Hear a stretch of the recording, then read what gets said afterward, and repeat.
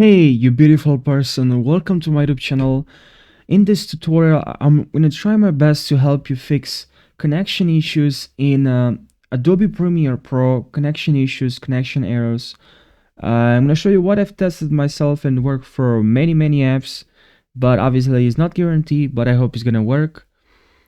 So let's jump right into the video. So the first method or the first thing that you have to do or to ensure that you did, it's like you need to have the latest Windows update. Sometimes this can fix problems with in connection issues, so just make sure you have the latest Windows updates.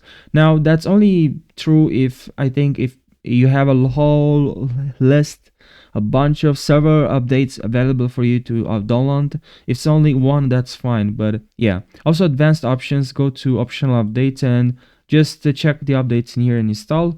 Then also let's go to network and internet settings, and here you can also switch from your Wi-Fi connection to your cable connection. You can try to switch this as well. This can work. Sometimes usually I'm using my Wi-Fi connection instead of my cable connection, because it feels like I know 100% that it's much faster for some reason, because I know for people with cable connection it's faster. It's completely different, but anyways, now let's click on more net adapter options, and here click on your connection. For me is this one.